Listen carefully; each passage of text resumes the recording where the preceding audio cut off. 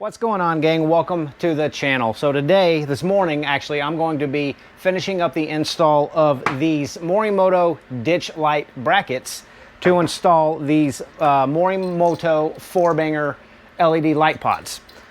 Pretty big fan of Morimoto, guys. I had the Morimoto grill on my last F250. They make really good quality lights, but I started to install these ditch light brackets yesterday and it got so hot I could only get through one of them. And before that, I couldn't figure out how to install them. It's kind of like a puzzle to figure out how this fits up underneath your hood. And I searched YouTube for a video to kind of help me out. Couldn't find anything. So before I get this last one installed, I'm going to show you folks kind of how you do it, just in case there's one or two people out there in the world they're trying to get this done. Hood's popped. And I know in the last video, folks, I said that I'm a pretty big Husky mat fan. They were like 90 bucks. I got these. These are Tux mats. And I had these out on the trip that I just had with Ben over at Semper Gumby, and it rained all weekend long.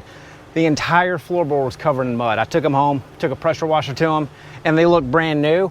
And they kind of got like a little pad to them, so they're a little more comfortable. But I got these mainly because this is the only mat that I could find at a decent price that covered the entire door sill, and it went all the way back and covered every piece of carpet. It goes all the way up to the side, so you got like a huge bucket here. I know it's kind of like a side tangent note, but they're still a little bit cheaper than the WeatherTechs, and I think I like them more than my beloved Husky mats. And you can see here in the back, they go all the way up the side, so when the kids get in, they don't get all messy and nasty. Covers all, you know, everything. And they just provide a little bit better protection, in my opinion. And I've never heard of these until I started looking for something that had a little bit more coverage. But check them out. I think they were like, I think they're like 200 bucks for the whole set. But there's the Godzilla. So this guy right here is going to fit over here on that side. But let me show you what it looks like fully installed. So it's really hard to see, but way back here in the back is that bracket, and it comes up and it goes to the side of the actual part of my truck, comes up, and then you've got the actual light bracket here. It does not interfere with the hood, it doesn't interfere with the light, everything's fine. And in fact, on my previous truck, I had to take off the bolts on the hood to install the bracket, and then you have to deal with the hood shifting. That was not fun. These brackets, you don't have to do that, but they just kind of fit. It's really hard to do this one-handed. Okay, well, I think you get the idea. You got to kind of finagle it in between here. You got to find the right angle. But before you do that, there is a 13mm bolt right here in the back. You got to completely remove that. And then you got to kind of pull back this rubber cowl on the hood. And there is a 10mm bolt right there that you remove. You know, of course, there's not a lot of room. There never is when you're trying to do this. So I got to get a little ratchet wrench and just, it took me about 10 minutes to get that bolt out because I don't have any room to actually work that wrench. So I'm going to get that bolt taken out and then this 10mm bolt taken out up here. And then we'll get that bracket installed and tighten it all down. And I'm going to show you, I did all of the testing on all of these wires in this auxiliary panel. I've got everything labeled and I've tested every single wire in that auxiliary switch fuse panel. So I'll let you folks know what the color code is for all of the auxiliary switches if you have a 24 F250, if you're trying to wire something up to your upfitter switches inside the cab. So let me go get some wrenches, get those bolts taken off. So a little 13mm ratcheting wrench. And again, you don't have a whole lot of room in here. So it's just one click a turn to get this bolt out.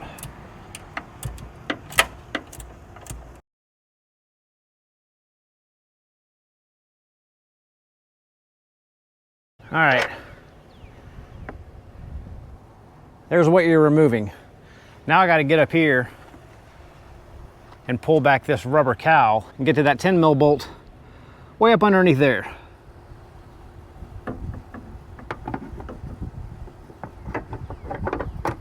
There we go.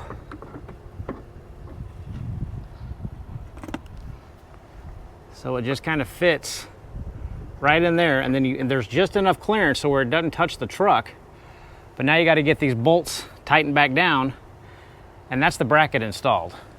The hard part is getting your finding your wrench and getting your hand back in here, because there is not a lot of room.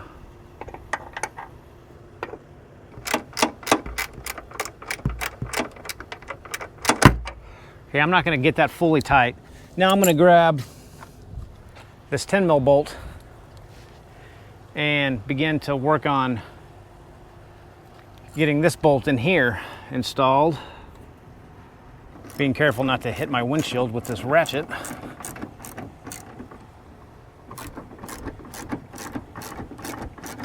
Go back in here and tighten up this one.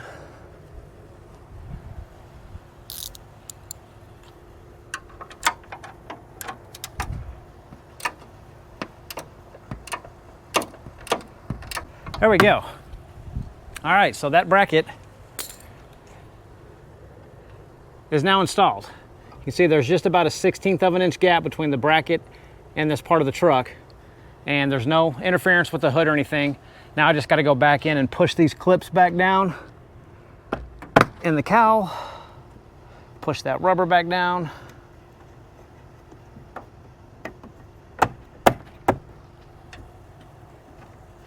And we're good to go. All right, now these lights will fit up here, right there in the bracket. And I got a couple of screws and some hardware to put here in this hole that goes through into the pod light. And then the wiring, of course, you're just gonna snake it down underneath this rubber and then down here. And of course you wanna make sure you don't get it in any of these pinch points of the hood. But it's gonna take just these screws and a little Torx socket to tighten up right here. And then I'm gonna get it all wired up nice and neat, connected to the battery, and then show you folks how to connect it up to the auxiliary wiring for your upfitter switches. All right, well, it's that time of the year, gang, where you can only do this so long outside in Texas before you die. So I've got the wire semi-routed underneath the hood. It's not catching, it's not gonna bind up on the hood closing. I got the lights attached to the brackets here, just a couple of screws on both sides, one on this side, one on that side. There is no interference with my antenna or the hood opening or closing. And these are the XHB combo lights. So if you can kind of tell, I've got two spotlights down here below, and then that top light is gonna be the floodlight. So it's kind of the best of both worlds. I get a little bit of throw and a little bit of flood with these lights. Of course, you can get them in all flood, you can get them on all spot, you can get them in amber. I don't really like amber. I don't need amber, but, and just obviously this is the same on this side. So overall, pretty slick little setup. All right, my friends, so I got some of the wiring harness installed. This is gonna be what actually connects to my auxiliary fuse panel. I'll do that at the end, but it comes with a relay. I've got coming out of this relay, I've got it connected from one light going to the back of the engine bay through this cord right here, just kind of snaking around, wire tied up as well as I can, and it's going up into that other light. Now the last thing I got to do, well, and then of course you got your positive and your negative battery terminals that I'll connect up at the very end. But again, this harness came with a switch, but it also came with this little pigtail, knowing that a lot of us are going to be installing it to this auxiliary fuse panel to use our upfitter switches. So it just simply screws in, and I'm using this piece instead of the switch that it came with. But let me show you this little fuse box. So I went ahead and pulled it out because two hands are not enough to do this and film. But this is the auxiliary fuse panel right here. These are all of the wires that come pre-terminated and ready to use from Ford. And you have your little guide here that tells you, brown and green is switch 1, brown and yellow, switch 5, green and orange, switch 6, violet and orange, relay 2, and so on and so forth. So I know that I want to use my aux switch or my upfitter switch 1. That is brown and green. That is this guy right here. So I am going to tap in to that wire. I'm going to be using a posi tap. That's what this guy is right here. And I'm going to tap into this wire kind of just to make sure that I have everything wired up correctly. I will probably go in and actually solder it and heat shrink it and make sure it's 100% permanent. But just for the test of this, to make sure I get the lights to work, I'm going to attach it to this brown and green, and then we'll go inside the truck, turn on the aux or the upfitter switch 1, and make sure that we have power. Battery terminals are installed. I got the fuse tap, or the wire tap, running to my auxiliary switch number 1 in the truck. Lights are off. Now let's go test it out. So to power these, you actually have to turn the truck on. There is a way that I can keep 5 and 6 on without the truck having to be on, but I don't need it for this. So auxiliary 4 is my air pump for my rear airbags. All right, auxiliary 1.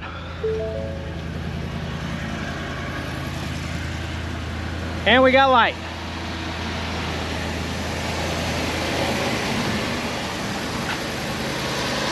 And we got light. All right, so now I got to get all of this mess cleaned up, make all the wires look nice, and then I'll show you folks what these lights look like at night, and we'll call this mod complete. All right, guys, so I'm actually at camp right now. This is the best place for me to kind of show you how bright these lights are, because there's too many street lights at home, but you can see they're blinding. Sorry about that. But I'll put down below exactly how many lumens. I honestly can't remember how many lumens these ditch lights are, but they are, let me get out of the shadow, and I'll try to get a better picture a little bit later tonight when the sun goes completely down. But I just wanted to make sure you guys could see what these look like during a little bit of the daylight. Absolutely intensely bright.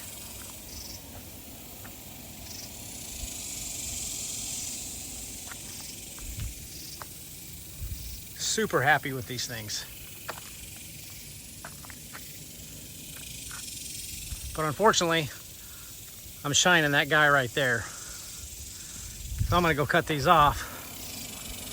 Try to get a better shot for you here when it gets really dark. Well, gang, my apologies, but I am obviously back at home now. I did not get any nighttime shots at camp. I didn't want to blind any of the other folks out there, but we are here at home. We're going to take a quick ride.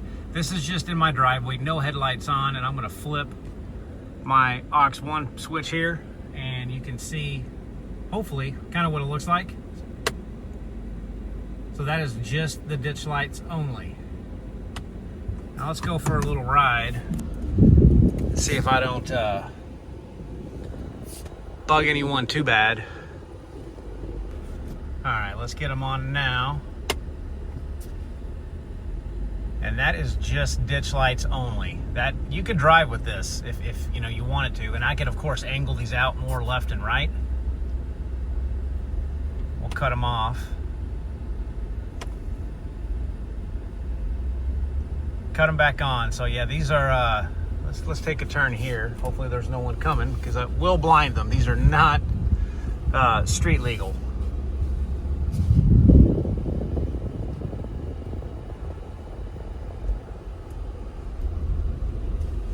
Give you one more glimpse of them off and on. Off and on. There you go. Okay, this is with my headlights on. We're gonna turn the ditch lights on now. Off, on, off. And I'll do one last shot of these kind of on at night. There you go.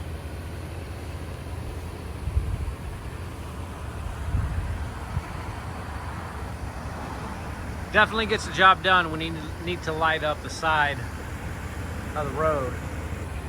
Absolutely insanely bright. But anyway, guys, I'll leave a link for everything that I used in this video down in the description below. I am not an affiliate of Morimoto, so I don't get paid if you buy any of this stuff, but I'll leave one link for everything that I used down below. And until next time, take care. We'll see you soon.